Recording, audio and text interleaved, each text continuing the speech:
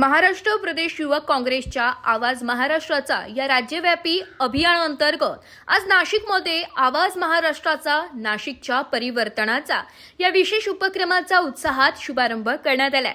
शहरातील नागरिकांच्या मूलभूत समस्या, अपुरी नागरी सुविधा, पाणी पुरवठा, खराब रस्ते, वाढती बेरोजगारी तसेच विविध शहरी प्रश्नांवर प्रभावीपणे आवाज उठविण्यासाठी युवक काँग्रेसच्या माध्यमातून हा उपक्रम सुरू करण्यात आल्याची माहिती यावेळी देण्यात आली।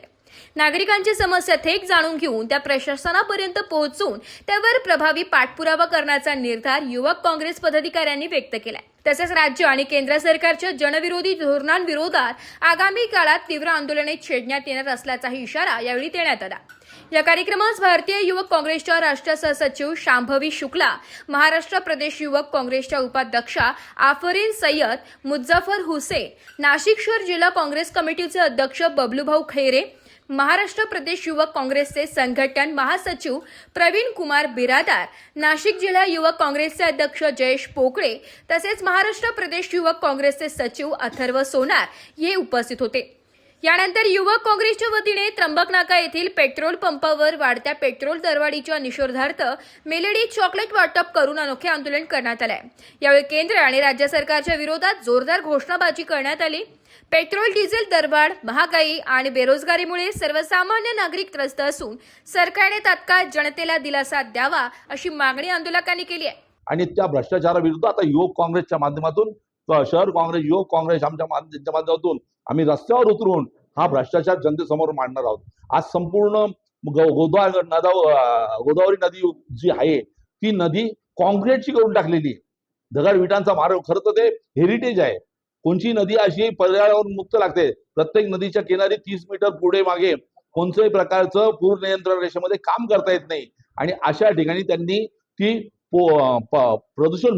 प्रदूषणयुक्त केलेली आहे आणि म्हणून तिच्यावर या शहरातला जो गोदावरी असेल, अरुणा असेल, वरुणा असेल, नंदिनी असेल, ह्या वालदेवी असेल, कपिला असेल, ह्या नद्या त्यांनी बुजवलेल्या आहे आणि त्यांना नाल्याचं स्वरूप दिलेलं आहे। आता त्या पाईपमध्ये बंदिस्त करतायत। याला आमचा विरोध आहे आणि शास्त्रीय दृष्ट्या नाही तर नैसर्गिक दृष्ट्या आणि पर्यावरणाच्या दृष्टिकोनातून हे सर्व बेकायदेशीर कामं या सरकारनं फक्त पैशासाठी आणि ठेक्यासाठी, ठेकेदारांना पोहोचण्यासाठी आणि त्यांच्या माध्यमातून पैसे मिळवण्यासाठी केलेला आहे। याला विरोध म्हणून आता युवक काँग्रेसच्या माध्यमातून, शहर काँग्रेसच्या माध्यमातून आम्ही रस्त्यावर उतरणार आहोत आणि तो ठोस निर्णय या परिवर्तनाच्या निमित्तानं आवाज महाराष्ट्राचा नाशिकच्या परिवर्तनाचा हा एक प्रोग्राम युवक काँग्रेस मार्फत आम्ही लॉन्च करतोय। या प्रोग्राम मध्ये आमचे जे पदाधिकारी आहेत हे प्रत्येक गल्लोगल्लीत जाऊन नागरिकांच्या ज्या अडचणी आहेत त्या समजून घेणार आहेत। त्याच्यासाठी हा प्रोग्राम आम्ही लॉन्च करतोय। त्यांच्या छोट्या छोट्या अडचणी काय असतं, सामान्य जनता ही प्रत्येक वेळेस नगरपालिकेत जाऊ शकत नाही, कोणाशी भांडू शकत नाही, कोणाशी बोलू शकत नाही, त्यांचा आवाज तिथपर्यंतच राहतो आणि त्याच्यातून काही मार्ग निघत नाही। हा मार्ग काढण्यासाठी आज युवक काँग्रेस पुढे आलेली आहे। हा जो ऍप आहे, या ऍपद्वारे यांच्या ज्या अडचणी आम्ही समजून घेणार आणि ह्या ऍपमध्ये आम्ही त्या पोस्ट करणार। ह्या पोस्ट केल्यानंतर सर्व सामान्य जनतेला दिसणार ही अडचण काय आहे, कशी आहे आणि कशी सॉर्ट आउट आम्ही करणार आहोत। याच्यासाठी हा ऍप आम्ही आज लॉन्च केलाय आणि ही टॅगलाईन आम्ही लॉन्च केलेली आहे। स्थानिक ठेकेदारांना डावलण्याचं काम करण्यात आलेलं आहे। परप्रांतातून सर्व मोठे मोठे ठेकेदार आणलेले आहेत।